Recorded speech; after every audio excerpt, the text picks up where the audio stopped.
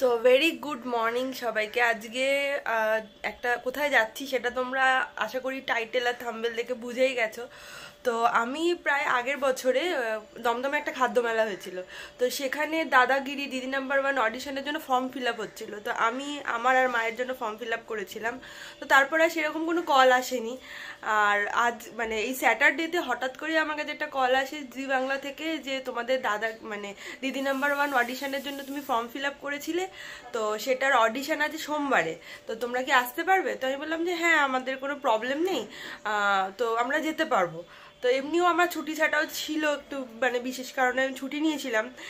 তো ভাবলাম যে যখন ছুটিও আছে আর মানডে, আর 11টা থেকে 1টার মধ্যে যেতে বলেছে। আর আমার অনেক দিনেরই ইচ্ছা ছিল যে যাব, মায়েরও খুব ইচ্ছা যে যাব। তো ভাবলাম এই সুযোগটা আর হাতছাড়া করে লাভ নেই। এমনিও নর্মালি দিদি নাম্বার 1 যখন শোগুলো হয় তখন নিচে অনেক ফোন নাম্বার দেয়, মেল আইডি দেয়। তো সেখানে আমি মেল করেছিলাম অ্যাজ মানে হাজব্যান্ড ওয়াইফ যাওয়ার মতন করে আমি একটা মেল করেছিলাম, বাট তার কোনো রিপ্লাই আসেনি। আর হোয়াটসঅ্যাপেরও একটা নাম্বার দেয় যেখানে হোয়াটসঅ্যাপও করা যায়, তো সেটাও করেছিলাম, সেখান থেকেও কোনো রকম কোনো রিপ্লাই আসেনি। বাট এই যে যখন খাদ্য মেলার যেটা করেছিলাম আমার আর মায়ের, সেটারই দেখলাম একটা ফোন আমার কাছে এলো। তো জানি না কি হবে আর কি কোয়েশ্চেন করবে বা অডিশন কিরকম হয় কিছুই জানি না।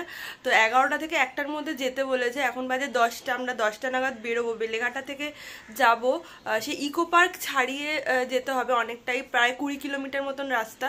তো আমি আর মা যাব, তো গিয়ে তোমাদেরকে শেয়ার করব ওখানে কিভাবে অডিশন হচ্ছে, কি কোয়েশ্চেন ওরা করছে বা কি প্রসিডিওর আছে, পুরোটাই আমি এই ভিডিওতে তোমাদের সাথে শেয়ার করব।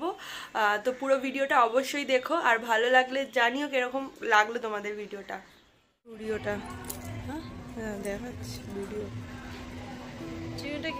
যেতে প্রায় 1.5 ঘন্টা মতন সময় লেগেছিল, আর যেহেতু স্কুটি নিয়ে গেছিলাম তো রাস্তায় কোনো ভিডিওই করতে পারিনি।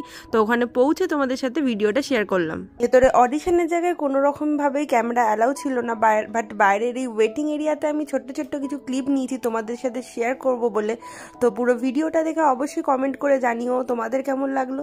এটা ছিল পুরো ওয়েটিং এরিয়া, আর ভেতরে হচ্ছিল অডিশন। আমরা প্রথমে ফর্ম ফিল আপ করে বসেছিলাম, তারপরে তারা সিরিয়াল ওয়াইজ আমাদেরকে ডাকছিলেন। ফর্মটা তোমাদেরকে এখানে সাইডে আমি দিয়ে দেবো। যখন জেলা ভিত্তিক অডিশন গুলো হয় তখন সেখানে প্রচুরই ভিড় হয়, আর এখানে ওনারা কয়েকজনকেই ডেকেছিলেন আর তাদেরকে টাইম স্লটও দিয়ে দিয়েছিলেন বলে কোনোটাই মানে কোনো প্রবলেমই হয়নি, আমাদের বেশিক্ষণ ওয়েটও করতে হয়নি, আর ভিড়ও সেরকম ছিল না।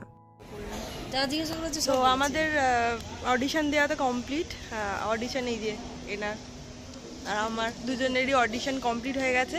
তো অডিশন দিতে আসলে প্রথমে একটা ফর্ম দেবে, এই ফর্মটাই তোমাদের ফিল আপ করতে হবে। আমি এখানে ফর্মটা দিয়ে দিলাম। তো যে কি আর নর্মাল কোয়েশ্চেন করবে, কোনো রকম কোনো আহামরি কিছু সেরকম কোয়েশ্চেন নেই। তো আমাকে কি করেছে আর মাকে কি করেছে সেটা তোমাদেরকে বাড়িতে গিয়ে বলছি, কারণ এখানে ভিডিও বা ছবি সেরকম অ্যালাউ নয়। তো তাও আমি তো টুকটাক করেই ফেলেছি। তো আমি তোমাদেরকে বাড়িতে গিয়ে বলছি যে, আর এখানে রাস্তাটাও অনেকটা খারাপ, 1 ঘন্টা লেগেছে আমাদের আসতে। বাড়িতে গিয়ে তোমাদেরকে বলছি কি কি কোয়েশ্চেন করলো আর ফর্মটাও। তো আমরা তো বাড়িতে চলে এসেছি, আর আসার সময় একটু তাড়াতাড়ি এসেছি। যাওয়ার সময় রাজারহাট হয়ে ঘুরে গেছিলাম, আসার সময় লেক টাউনের ওদিক থেকে এলাম। তো বেশ তাড়াতাড়ি মানে মোটামুটি চলে এসেছি। তো আমাদের এবার কাকে কি কোয়েশ্চেন করলো তো সেটা আগে শুনে নাও, আগে মায়ের মুখ থেকে শুনে নাও কি মাকে কি কি কোয়েশ্চেন করেছিল। বলো, জিজ্ঞাসা করলো আপনার নাম কি, আমি বললাম। তা বললো আপনার মেম্বার কজন, 4 জন। তারপরে জিজ্ঞাসা করলো কে কে থাকে, হ্যাঁ আপনার ছেলে কি করে, হ্যাঁ শাশুড়ি কিছু করে নাকি, শাশুড়ি কি না আপনি কি হাউস ওয়াইফ, আপনি কি করেন, আমি হাউস ওয়াইফ। তা আপনার শাশুড়ি কি করে, মানে শাশুড়িও হাউস ওয়াইফ।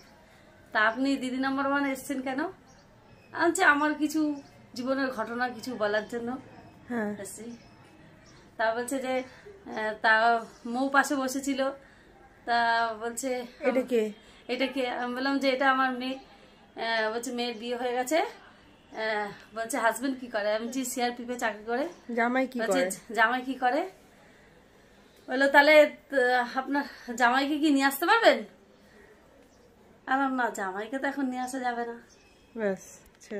তো তারপরে আমি বললাম যে ও সবে মাত্র ছুটি কেটে গেছে, তো এখনই আর আসতে পারবে না।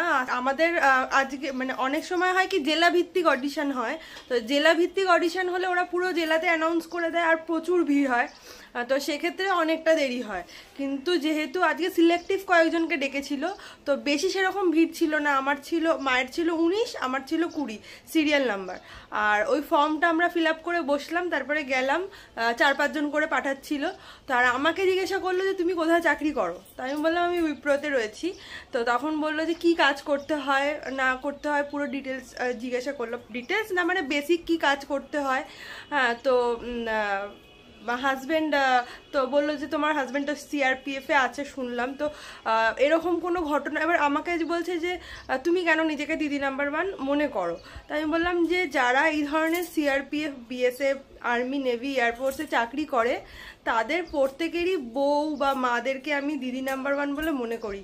কারণ তারা তো অবভিয়াসলি আছে দেশের জন্য, তারা কাজ করছে, তাদের বাড়ির লোকেরাও প্রত্যেকেই তার সাপোর্ট করছে, তাই জন্যই সে সেখানে গিয়ে কাজটা করতে পারছে। আর আমাদের তো ডেলি মানে একটা টেনশনের মধ্যে দিয়ে যায় যে কেমন আছে না আছে। তো সব মিলিয়ে মা আর বউদেরকে আমার মনে হয় যে তারা সবাই দিদি নাম্বার 1।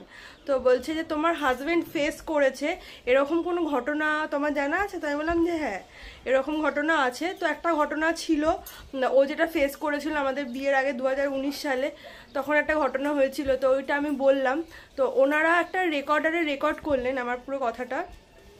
আর তারপরে যে ফর্মটা ছিল ওই ফর্মের উপর লিখে নিলেন আর বললেন যে 1 মাস পরে তোমাদেরকে মানে যদি 1 মাসের মধ্যে যদি সিলেক্ট হই আমি, তাহলে 1 মাসের মধ্যে জানিয়ে দেওয়া হবে যে you are selected for the final round. তো জানি না কি হবে। তো তোমাদেরকে এই পুরো ইনফরমেশনটা দিলাম এখানে, খুবই ইজি। যদি কেউ যেতে চাও যেতে পারো, স্ক্রিনে তো নাম্বার থাকে, ওখানে হোয়াটসঅ্যাপ করেও যাওয়া যায়, মেল করেও যাওয়া যায়। আর অনেক জায়গায় অডিশনের যেরকম আমি করেছিলাম খাদ্যমেলা থেকে, তো অনেকেই এরকম অডিশনে ফর্ম ফিল আপ করেও তোমরা যেতে পারো। তো ভিডিওটা কেমন লাগলো তোমরা অবশ্যই কমেন্ট করে জানিও। আর ভিডিওটাতে যদি কোনো ইনফরমেশন তোমাদের মানে কাজে লেগে থাকে সেটাও আমাকে জানিও। আর কিছু জানার থাকলে যে আমি ধরো ভিডিওতে বলিনি, তোমরা জানতে চাও, তো সেটাও কমেন্ট করে জানিও, আমি অবশ্যই তোমাদেরকে রিপ্লাই দেবো। তো ভালো লাগলে অবশ্যই সাবস্ক্রাইব করে দিও আর লাইক করে দিও। তো দেখা হচ্ছে নতুন একটা ভিডিওর সাথে, ততদিনে টাটা।